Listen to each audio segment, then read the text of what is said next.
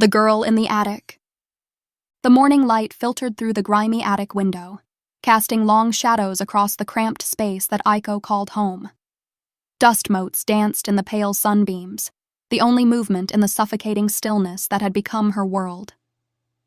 She pulled the thin blanket closer around her shoulders, feeling the familiar ache in her bones from sleeping on the hard wooden floor. Downstairs, the sounds of a real family beginning their day drifted up through the floorboards, the clatter of dishes, the cheerful chatter of her cousins getting ready for school, the warm voice of her aunt calling out breakfast instructions. It was a symphony of belonging that Aiko could only listen to, never join. She pressed her ear against the floor, straining to catch fragments of conversation. Her male cousin, Daisuke, was complaining about a math test. Her female cousin, Yumi, was asking for money for a school trip. Normal problems, normal requests, normal love. The sharp rap of knuckles against the attic door made her flinch. "Aiko! Get down here now!" Her aunt's voice cut through the morning air like a blade, all warmth evaporating from its tone. Aiko's stomach clenched, not from hunger, though she was always hungry, but from the familiar dread that accompanied any summons from below. She scrambled to her feet, her legs stiff from the cold, and quickly folded her blanket. The attic was so small she could barely stand upright without hitting her head on the slanted ceiling. As she descended the narrow wooden ladder that served as her only connection to the world below, the sounds and smells of family life grew stronger. The rich aroma of miso soup and grilled fish made her mouth water, even as her heart sank. She knew that feast wasn't meant for her. The kitchen was warm and bright, everything the attic wasn't. Daisuke and Yumi sat at the table in their crisp school uniforms, backpacks ready by their chairs, lunchboxes packed with care. They looked up when she entered, Daisuke with mild curiosity, Yumi with the casual indifference reserved for unwanted house guests. Her aunt, Mariko, stood by the stove with her back turned, her posture rigid with perpetual disapproval. She was a handsome woman in her 40s, her hair always perfectly styled, her clothes always pressed. Everything about her spoke of order and control. Everything except her treatment of Aiko. "You're going to be late for school," Mariko said without turning around. Again. Aiko glanced at the clock on the wall. She had plenty of time, but she'd learned not to argue. "Yes, Aunt Mariko." "Don't call me that." The words were sharp, final. "You know the rules." Aiko's cheeks burned. She was to call her aunt Mrs. Tanaka like a stranger, never family, never acknowledge the blood connection that linked her to these people who shared her mother's face but none of her warmth. "Yes, Mrs. Tanaka." Mariko finally turned, her eyes scanning Aiko with the same expression she might use when examining spoiled food. Aiko instinctively raised her hand to her hair, knowing what she would see there. The matted, unwashed strands hung limp around her shoulders, and she could feel the telltale itch that meant her scalp was once again infested with lice. "Disgusting," Mariko muttered, loud enough for everyone to hear. "How can you go to school looking like that?" "Do you want to embarrass this family more than you already have?" Daisuke snickered into his breakfast. Yumi wrinkled her nose and moved her chair slightly away, as if Aiko's presence might contaminate her perfect morning routine. "I'm sorry," Aiko whispered, the words automatic after years of practice. "Sorry doesn't fix anything," Mariko snapped. "Sorry doesn't bring back what your mother took from this family. Sorry doesn't—" She stopped herself, her jaw clenching as if she'd said more than she intended. Aiko's heart leaped at the mention of her mother. Any crumb of information about the woman she barely remembered was precious, even when it came wrapped in anger and resentment. "What did my mother—" "Don't!" The word cracked like a whip. "Don't you dare ask about her!" "You have no right." The silence that followed was heavy, oppressive. Daisuke and Yumi exchanged glances, suddenly uncomfortable with the familiar tension that always surrounded discussions of Aiko's mother. They might not like Aiko, but even they seemed to sense that their mother's hatred ran deeper than mere inconvenience. Mariko turned back to the stove, her movements sharp and angry. "There's rice from last night in the pot. Take some and get out of my sight." And Aiko... She paused, not bothering to look back. "Come straight home after school. No detours, no wandering, do you understand?" "Yes, Mrs. Tanaka." Aiko moved quickly to the rice cooker, taking a small portion into a chipped bowl. The rice was cold and hard, having sat out all night, but it was food. She'd learned to be grateful for whatever she could get. As she turned to leave, Yumi spoke up for the first time. "You, Mom, she's going to make everyone at school think we don't take care of ourselves. Can't you at least make her wash her hair?" "With what?" Mariko's voice dripped with false sweetness. "Should I buy special shampoo for the girl who contributes nothing to this household? Should I waste our money on someone who's already proven she's worthless?" Aiko's fingers tightened around the bowl, the ceramic edges cutting into her palms. Each word was a small violence, precisely aimed to hurt. But beneath the hurt, a small flame of anger flickered. Her mother hadn't been worthless. Her mother had been famous, successful, loved by people all over the city for her incredible talent with hair. She knew this much, even if no one would tell her more. I'll figure something out," Aiko said quietly.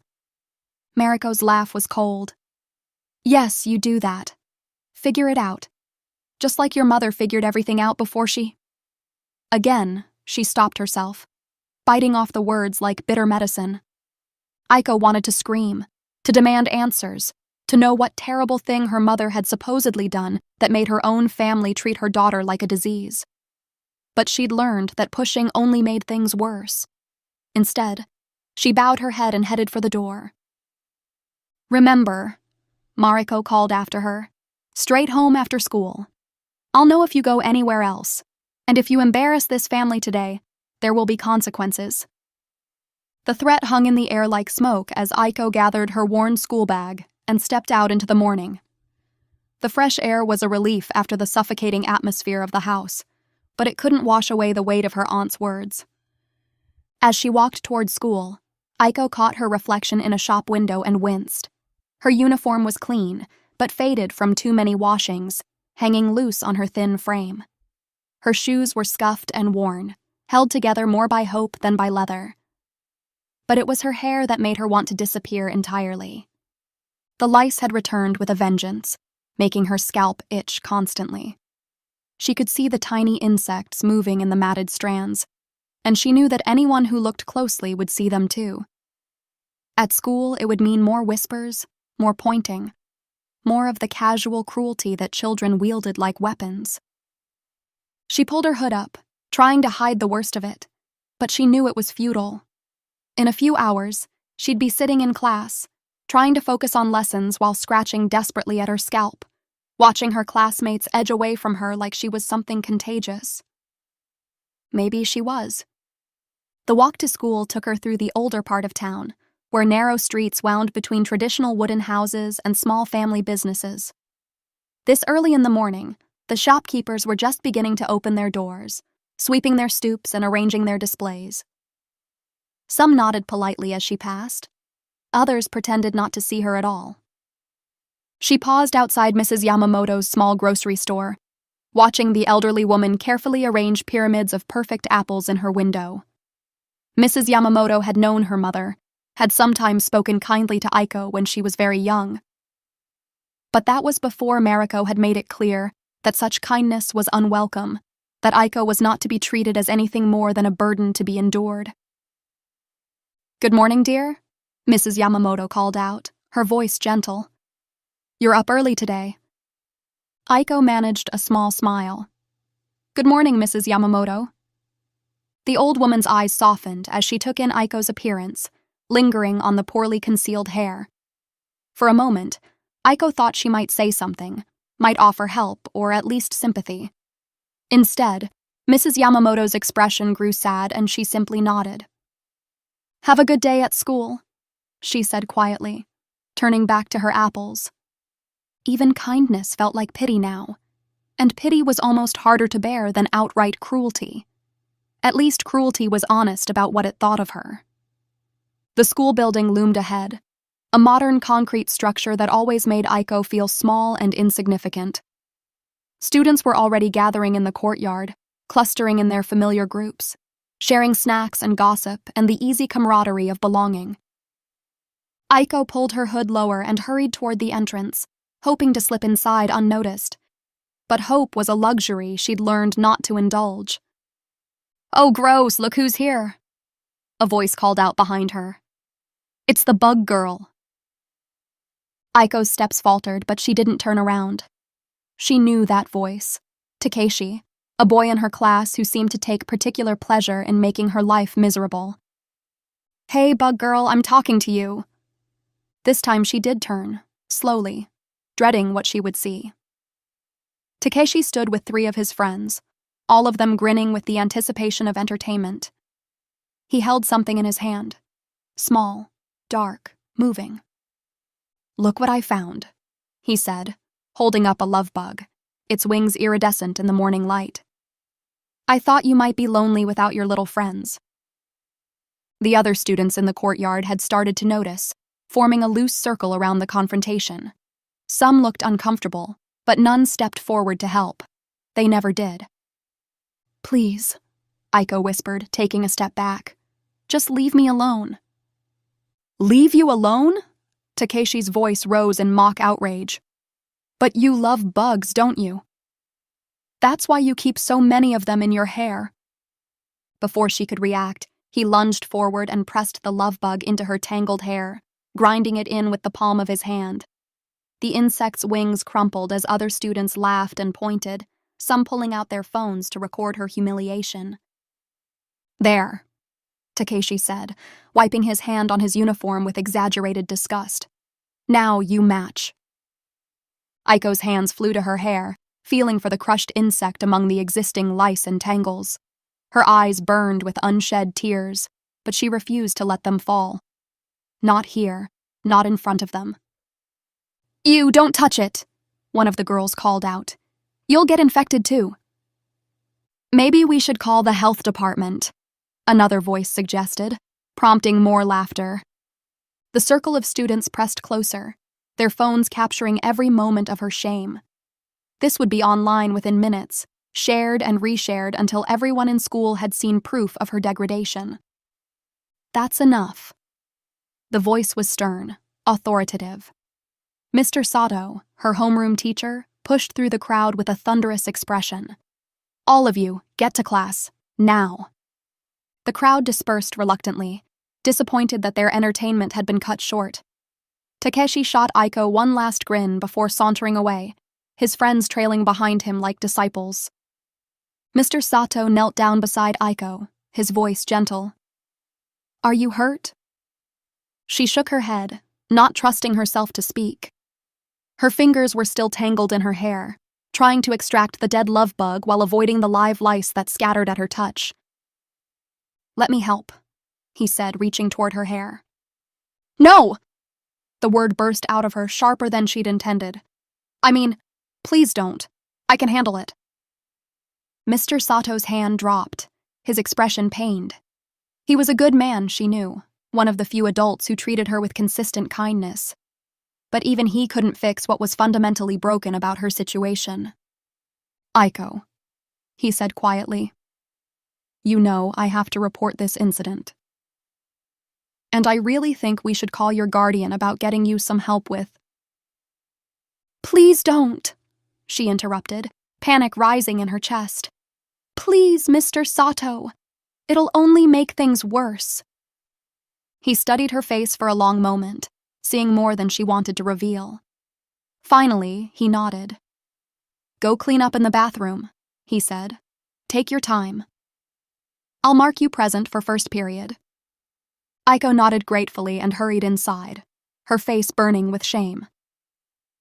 The bathroom was mercifully empty, and she locked herself in the farthest stall, finally allowing the tears to fall. Her hands shook as she tried to untangle the dead love bug from her hair, its broken body a grotesque reminder of how others saw her. She was the bug girl, the dirty girl, the girl who carried pestilence and shame wherever she went. But as she worked, pulling lice and debris from her matted hair, a memory surfaced, faint and precious, like light filtering through deep water. Her mother's hands, gentle and sure, working through Aiko's hair with infinite patience. Her mother's voice, soft and musical, singing lullabies that spoke of love and beauty and dreams that soared beyond the mundane world. Her mother had been a hairstylist, she knew that much. A famous one, whose work had graced magazine covers and red carpets. People had traveled from other cities just to have her mother touch their hair, to transform them into something beautiful and confident. What would her mother think if she could see Aiko now? The question was too painful to contemplate, but it planted a seed of something that might have been determination. Her mother had made people beautiful, had given them confidence and joy through the simple act of caring for their hair. Maybe there was something of that gift in Aiko too, buried beneath years of neglect and abuse. Maybe she didn't have to stay the bug girl forever. The thought was so fragile, so dangerous, that she almost discarded it immediately. Hope had always led to disappointment in her experience. But as she finally extracted the last of the dead love bug from her hair, something inside her refused to let the idea go. She would find a way to learn about hair, about beauty, about the art that had made her mother famous. She would discover what her aunt so desperately wanted to keep hidden about her mother's life and death.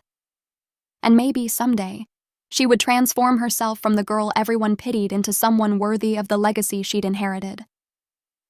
It was a dream so distant it seemed impossible, but it was hers. And for the first time in years, that felt like enough to keep going.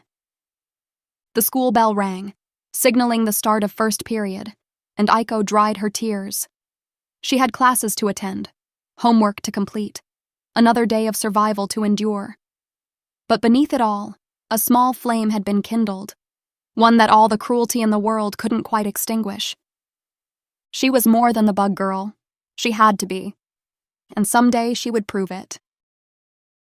Episode 2, Rainy Storm Park. The autumn wind carried the scent of dying leaves as Aiko hurried down the hill toward the small park, her worn shoes scuffing against the cracked pavement.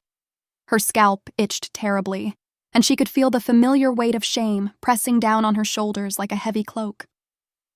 At 14, Aiko had learned to make herself invisible. It was easier that way, easier than dealing with the stares, the whispered comments, the way other students would edge away from her in class. The lice in her matted hair had made her a pariah at school, and her aunt's neglect meant there was no relief waiting at home. The park was nearly empty at this hour, just a few elderly people feeding pigeons and some cyclists passing through on their way to more interesting destinations.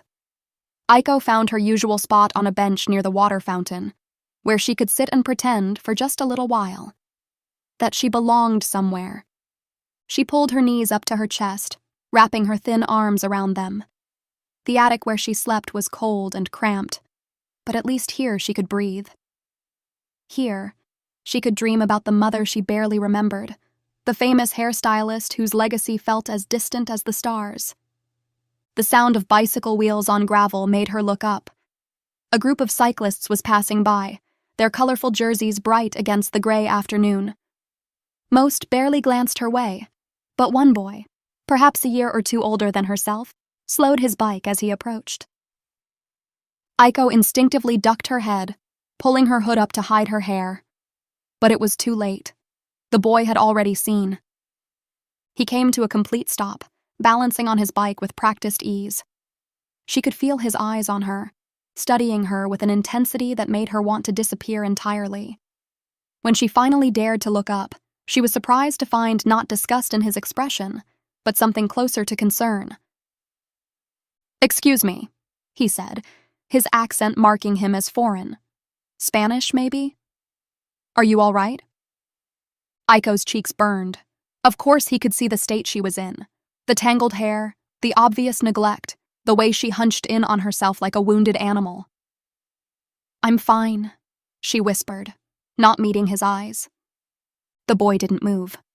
Behind him, his cycling group was pulling ahead, but he seemed oblivious to their departure. "Your hair," he said gently.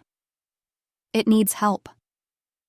The words should have stung, but something in his tone, kind, professional, matter-of-fact, made them bearable.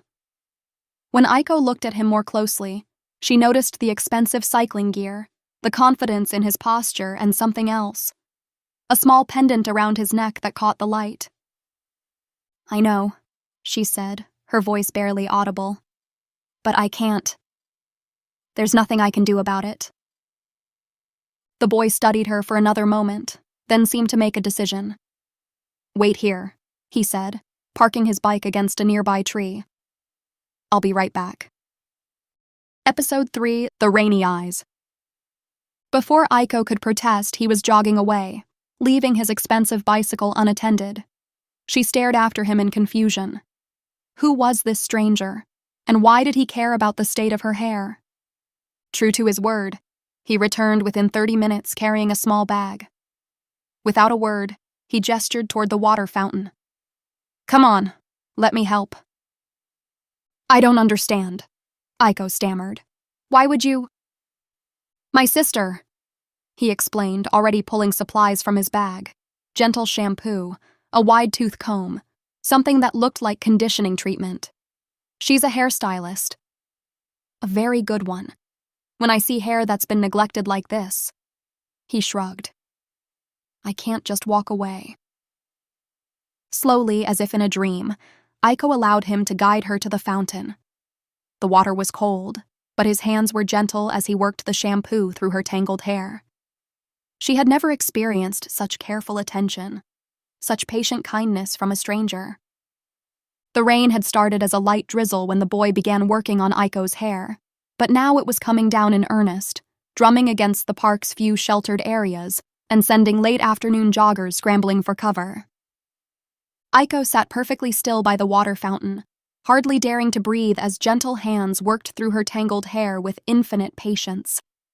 The boy, this mysterious cyclist who had stopped his entire journey just to help her, hummed softly under his breath as he worked, a melody she didn't recognize but found strangely comforting. "There," he said finally, stepping back to admire his work. "Much better." Aiko raised a tentative hand to her hair and gasped. It felt clean, truly clean, for the first time in months. The weight of accumulated dirt and neglect was gone, replaced by hair that actually moved when she touched it, that felt soft beneath her fingers. "How do you know how to do this?" she asked, turning to look at him properly for the first time. He was older than she'd first thought, maybe 15 or 16, with warm brown eyes and an easy smile that seemed completely natural, despite the strange circumstances of their meeting. Around his neck hung a small pendant that caught the dim light filtering through the storm clouds overhead. "My sister," he said, packing his supplies back into the small bag he'd brought. "She's been teaching me since I was little. Says everyone should know basic hair care, especially if you want to help people." "Your sister is a hairstylist?" "One of the best," he said with obvious pride. "She works with famous people, travels all over the world. But she always says the most important work is helping people feel good about themselves, no matter who they are." The rain was getting heavier now, and Aiko could see him glancing anxiously at his phone. She wanted to ask him 1,000 questions, about his sister, about hairstyling, about why he'd stopped to help a stranger who probably looked like she belonged in a garbage bin rather than a park. "I should probably," he began, but was cut off by the sharp ring of his phone. Even from where she sat, Aiko could hear the rapid-fire Spanish coming from the speaker, the tone increasingly urgent and concerned. The boy's face went pale as he listened. Sí, lo siento," he said quickly into the phone. "Estoy en camino ahora mismo." When he hung up, he was already reaching for his bicycle. "I have to go," he said, looking genuinely regretful. "My sister is furious that I left the cycling group, and apparently there's a storm warning. We're supposed to be back at the campsite immediately." Thunder rumbled overhead as if to emphasize his point, and the first real drops of heavy rain began to fall. Aiko felt panic rising in her chest, not because of the storm, but because this boy, this moment of unexpected kindness, was about to disappear from her life forever. "Wait!" she called out, scrambling to her feet. "I don't even know your name." He was already mounting his bicycle, but he turned back with that same warm smile. "My name is—" The thunder that followed was unlike anything Aiko had ever heard. It seemed to crack the very sky open, a sound so loud and sudden that it drowned out everything else in the world. She instinctively covered her ears, squeezing her eyes shut against the assault of sound. When she opened them again, the boy was already pedaling away through the rapidly intensifying rain, his figure becoming indistinct in the gray curtain of water falling from the sky. "Wait!" she shouted after him, but her voice was lost in the storm. "What's your name?" She thought she heard something carried back on the wind, a word that sounded like Jav, or maybe Ha. But between the thunder, the rain, and the distance growing between them, she couldn't be sure of anything except that he was leaving. Aiko stood there in the downpour, water streaming down her face, her newly clean hair becoming soaked within seconds. But even as the rain undid some of his careful work, she could still feel the difference. Her hair moved differently, felt different. She felt different. As she finally turned to run for shelter, her recollection went to the pendant she'd glimpsed around his neck. In the brief moment when lightning had illuminated the park, she'd seen it clearly. Something decorative and foreign-looking, possibly Spanish, though she couldn't be certain.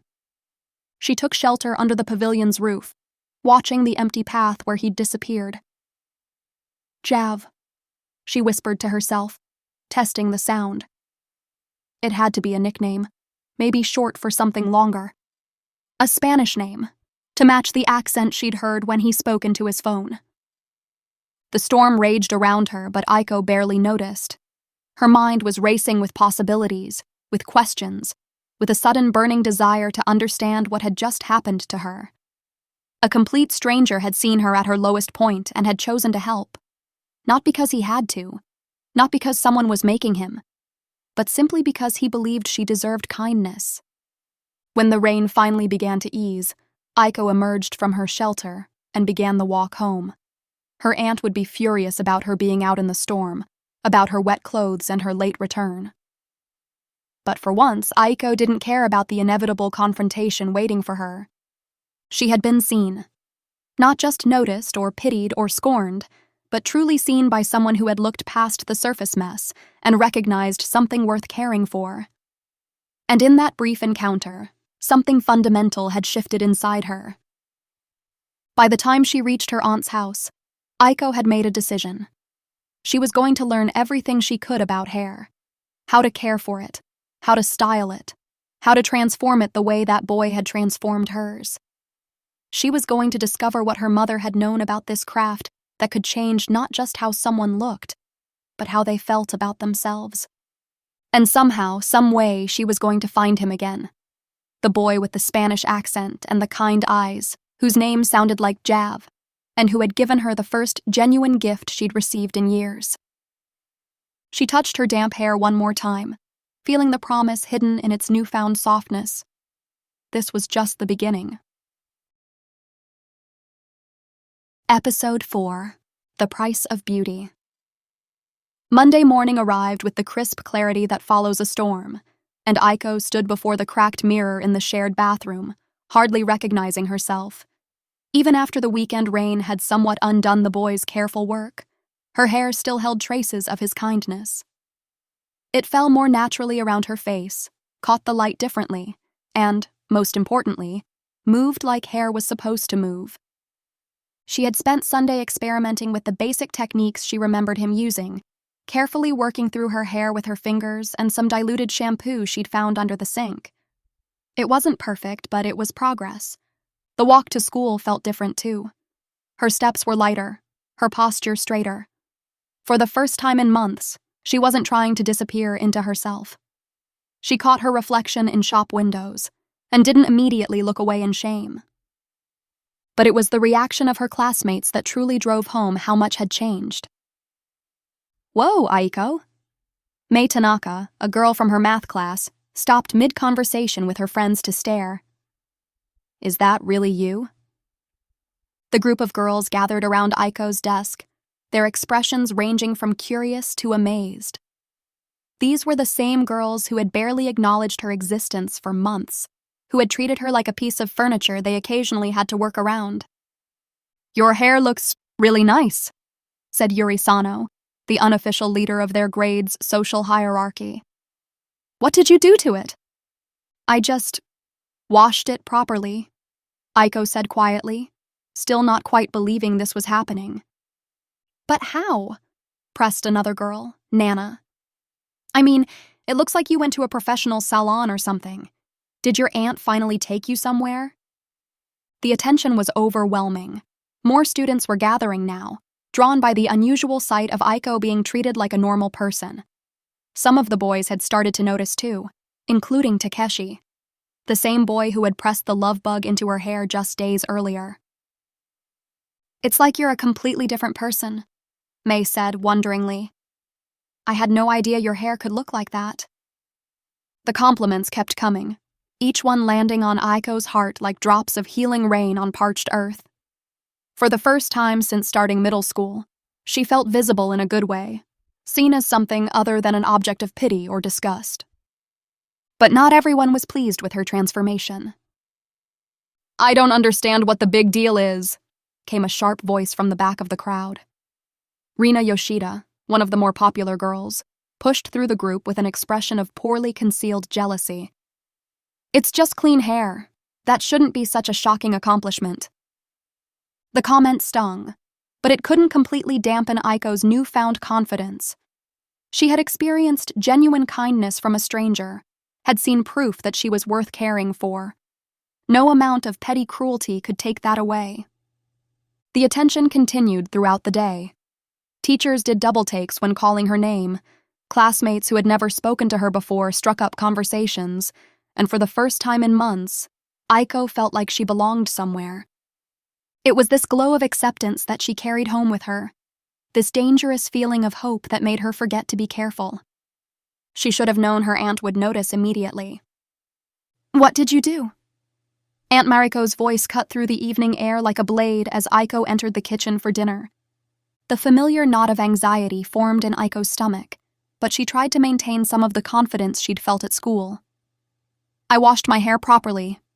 That's all. That's all? Mariko's voice rose dangerously. You've been walking around looking like a street urchin for months, and suddenly you know how to make yourself presentable? How? Aiko's cousins, Daisuke and Yumi, looked up from their homework with interest. Family drama was always more entertaining than math problems. Someone showed me the right way to do it, Aiko said carefully. Someone? Who's someone? Mariko stepped closer, her eyes narrowing. What aren't you telling me? Just someone at the park. They helped me.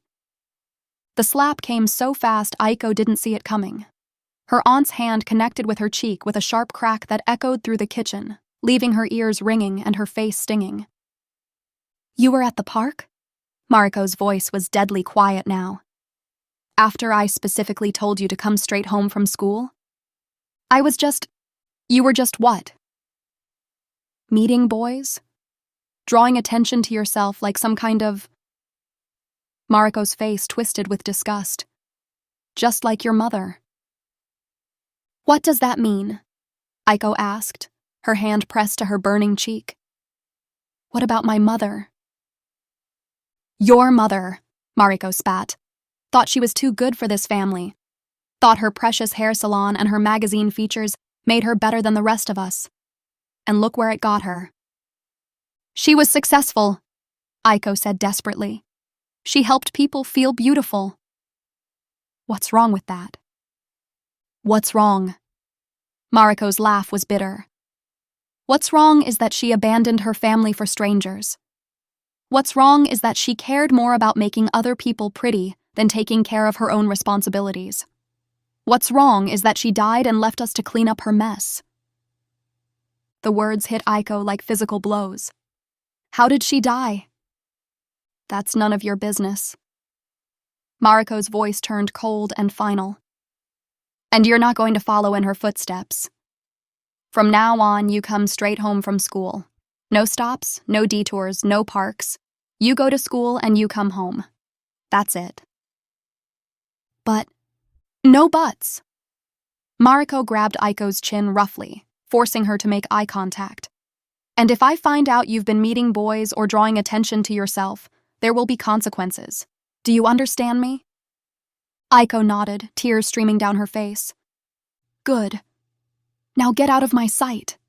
And Aiko? Mariko's grip tightened. Wash that nonsense out of your hair. I don't want to see you looking like that again. As Aiko climbed the ladder to her attic room, she could hear her cousins' voices below, already moving on to other topics as if nothing had happened. Her cheek throbbed where her aunt had hit her, and her heart ached with the fresh weight of restrictions that felt like prison bars closing around her life. But as she touched her still soft hair in the darkness of her room, she made a silent promise. Her aunt could slap her, could threaten her, could try to crush every dream she'd ever had.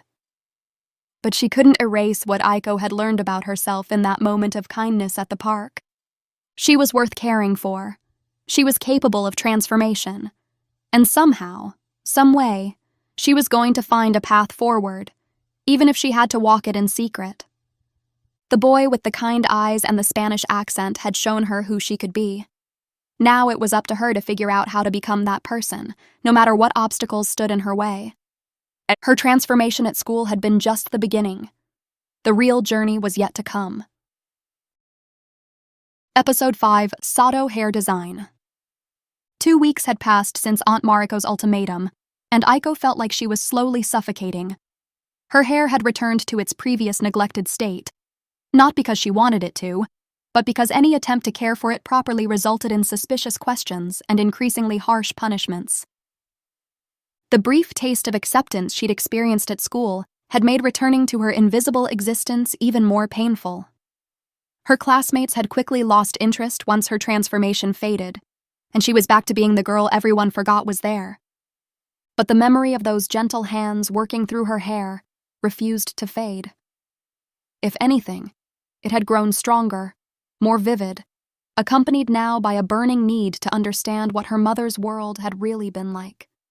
What had driven her aunt to such fury at the mere mention of hairstyling?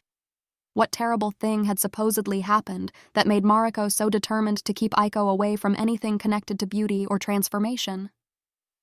It was during one of her mandatory walks to and from school, the only time she was allowed outside the house, that Aiko found herself standing before a small salon on Maple Street.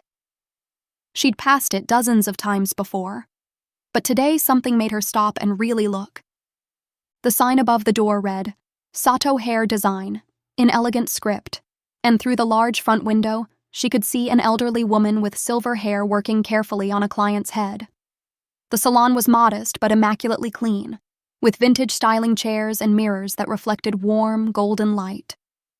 Aiko pressed her face against the glass, watching the woman's hands move with practiced precision. There was something mesmerizing about the careful sectioning, the gentle manipulation of hair that seemed almost like a dance. This was what her mother had done, this careful artistry that transformed not just appearance but confidence itself. The woman inside, Mrs. Sato, according to the sign, looked up and caught sight of Aiko watching through the window. Instead of shooing her away or looking annoyed, she smiled and gave a small wave. Aiko's heart hammered as she realized she'd been caught staring. But something in the woman's kind expression gave her courage. Before she could lose her nerve, she pushed open the door. A small bell chimed overhead, and the scent of lavender shampoo and professional hair products enveloped her like a gentle embrace. It was warm inside, cozy in a way that made her think of what a real home might feel like. "We're closed to walk-ins today, dear," Mrs. Sato called out, without looking up from her client's hair. Her voice was gentle but professional. Then she glanced toward the door and paused, taking in Aiko's appearance. The carefully hidden desperation, the too large school uniform, the hair that spoke of neglect despite obvious attempts at self-care. "I'm not here for service. Aiko said quickly, her voice barely above a whisper. I was wondering. I was hoping. She took a shaky breath. Could I work here? Help around your shop? I don't need payment. I just want to learn. Mrs. Sato's weathered hands stilled in her client's hair.